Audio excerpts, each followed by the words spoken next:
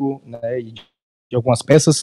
Como é que foi essa decisão? Explica por que a modificação e agora focando na partida de terça contra o Fluminense. Boa noite.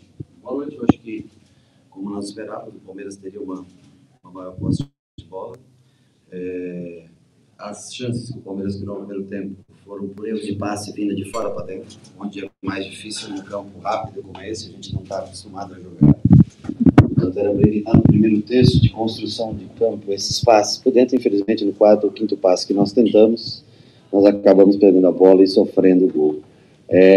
O sistema nós já havíamos trabalhado contra o Goiás, numa linha de 3, nós trabalhamos durante a semana passada, na linha de 3, nós trabalhamos ontem, quando nós fomos ao centro de treinamento do Corinthians para poder treinar, e trabalhamos novamente esse sistema de jogo. Bem definido para marcar o Palmeiras, com uma sobra, com os dois atacantes dele, com o Raul, que tem velocidade para marcar o Hendrick, que é um jogador rápido, o Canu na sobra, ou seja, bem encaixado. Do lado direito trabalhamos bem na pressão, do lado esquerdo falhamos um pouco, era mais para o Bahia ter atacado o espaço, atacado o lateral com o Juba por dentro, acabou que o Juba foi, gerou um espaço interno.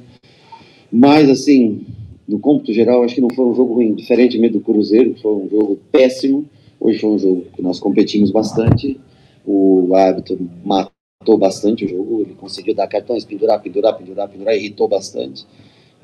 No final conseguiu a expulsão para dar estabilidade ao jogo, mas o Palmeiras tem, sem deixar de elogiar o Palmeiras, que tem um grande time, acha jogadas por dentro, por mais que a gente marque, mas era para, eu acho que se nós não tivéssemos cometido esse erro de passe por dentro, nós sustentaríamos, eu acho que poderíamos sair daqui, no mínimo, com um ponto. Arriscamos um time mais alto também hoje, tiramos os jogadores que estavam mais altos, os que nós não tiramos, um deles sofreu uma lesão muscular, para você ver o cansaço. Jogo de 3 em 3 dias, não adianta, você pode treinar 10 dias. Se você for jogar de 3 em 3 dias, o risco de lesão acontece.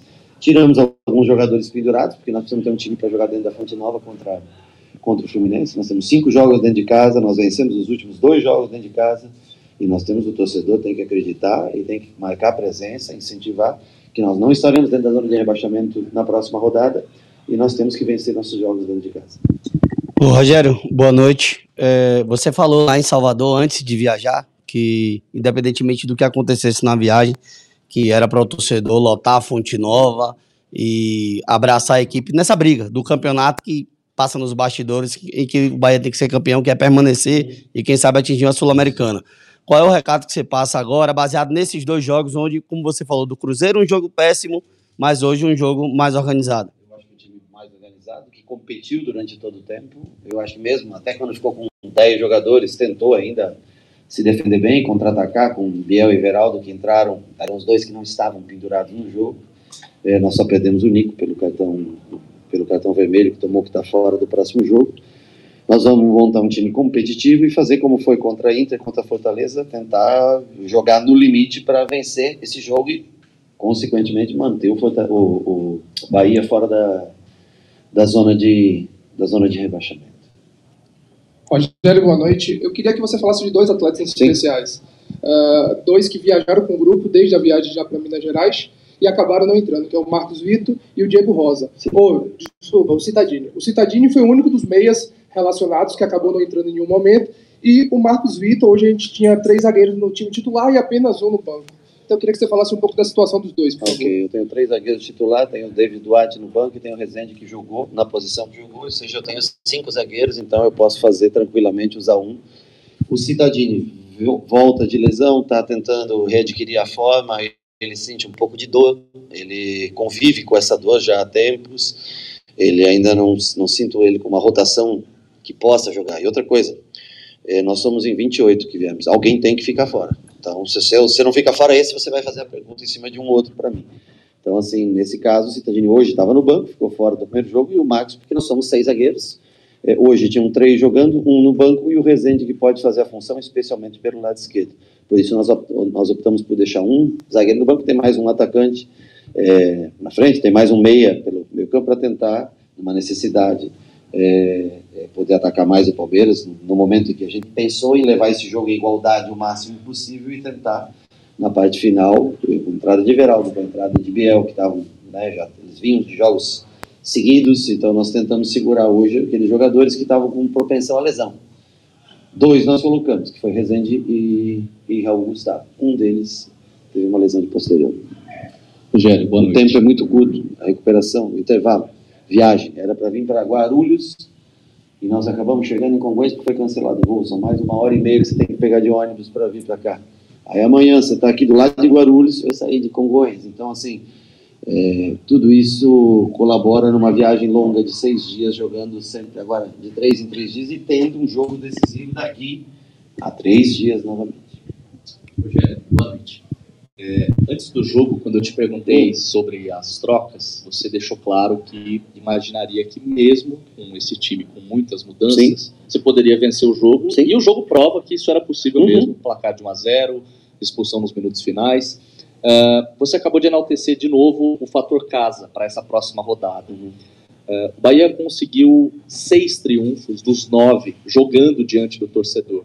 Você acha que a disputa do Bahia passa principalmente por esses jogos em casa nas últimas rodadas? Eu acho que jogar perto do nosso torcedor é fundamental, né? Nós vimos nos últimos 2 jogos o torcedor, o time podia estar cansado, jogos difíceis contra a Inter e contra a Fortaleza, né? Mas o torcedor manteve a gente vivo durante todo o jogo. Então é lógico que é super importante. Nós temos 5 dos últimos 8 para jogar dentro de casa. E nós temos que fazer nosso dever de casa. E, se possível, conseguir vitórias. Nós conseguimos uma vitória contra o Curitiba, nós conseguimos uma vitória contra o Goiás fora de casa. Então, assim, não é impossível vencer o Palmeiras. É um pouco mais difícil. Acho que vocês concordam que não é fácil. Agora, o Palmeiras finalizou mais, teve mais oportunidade de gol. Eu acho que é até esperado isso, né, de um time que joga dentro da sua casa. Mas, se nós não tivéssemos cometido erros que nós treinamos para não cometer, porque esse campo ele é diferente. Um domínio ele escapa um pouquinho mais para quem não está acostumado a jogar, e que não é reclamação, tá? Não estou reclamando, não é absolutamente nada disso, é uma constatação da velocidade do gramado. Então você tem que ter ajuste mais fino no meio campo, e nós não temos esse costume de jogo assim. Então o jogo ele era no primeiro terço do campo, na parte defensiva ele era mais rodado por fora e com bolas longas. A partir do momento que você toma o campo do adversário, sim, aí você pode trabalhar mais essa bola. Infelizmente nós erramos um dos passes que nós erramos no primeiro tempo por dentro, ocasionou o gol do Palmeiras. Rogério, boa noite. Hoje, levantando informações para a transmissão, um número que me chamou a atenção, uma estatística que me chamou a atenção, foi de que desde o começo do campeonato, o Bahia fez apenas 3 gols de cabeça e todos foram de bola parada. Isso me chamou a atenção porque uma coisa que a gente identifica nesse seu tempo como treinador é uma boa capacidade de armar um bom jogo aéreo, especialmente em situações como essa de hoje, em que o time eventualmente vai defender um pouco mais e vai ter menos chance para atacar. Então eu queria saber o que é que você encontrou no Bahia nesse ponto em específico, do ponto de vista das características dos seus atacantes, da bola parada e também da bola colando, né, de usar o lado do campo para cruzar e tentar o cabeceio, e se esse é um caminho que você acha que pode desenvolver nesse momento em que tem tão pouco tempo para treinar ainda daqui até o final da temporada e uma necessidade, claro, de somar pontos. Eu tenho de bom cabeceador com bola rolando para fazer o gol, o Everaldo, que é um jogador que tem boa impulsão e bom jogo aéreo. O Mingote, que jogou hoje, também tem boa presença de área. De resto, são todos jogadores mais baixos de velocidade, por isso que não tem tantos gols de bola parada. No penúltimo jogo, nós fizemos um gol com o Canu de bola parada. A gente trabalha bastante essa situação de jogo. Hoje era o time mais alto que nós formamos, com 3 zagueiros, Rezende e Mingote. Eram 5 jogadores de bom jogo aéreo, mas o time do Palmeiras também é bom, porque tem os 2 zagueiros, mais Luan, que jogou de volante, zagueiro, como queiram, né, entrando e saindo na função. E é um time que se defende bem. O Richard tem a estatura boa também, é um jogador forte de defesa. Então, assim, acho que foi bem equilibrado o duelo aéreo, né, dos 2 lados. Tanto que o gol sai, não foi nem escanteio. E eu acho que nós só tivemos um escanteio. As outras foram faltas laterais que nós tentamos fazer a cobrança. Então, passa por ter um bom batedor, atacar a bola, treinamento, repetição, é o que a gente vem tentando fazer.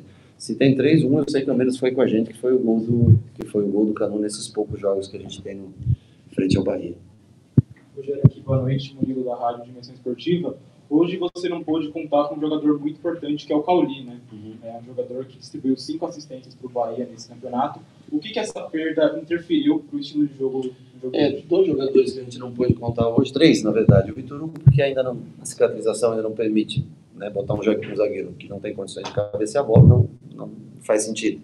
O Ratão sentiu um desconforto, acho que é adutor, não sei exatamente o que é, mas o médico me passou e ele ficou receoso de ir para o jogo, então nós não pudemos contar com ele. E o Cauli pela lesão de quarta-feira contra o Cruzeiro. Eu não sei, vamos aguardar até amanhã e depois. O treinamento é só segunda-feira, nós vamos treinar e vamos tentar ver aí qual deles que a gente pode contar, se a gente pode contar com os 3 ou quem a gente pode para montar um time para enfrentar o Fluminense. Boa noite, Rogério, tudo bom? Pedro Cunha da Vaga Brasil, prazer falar com você novamente.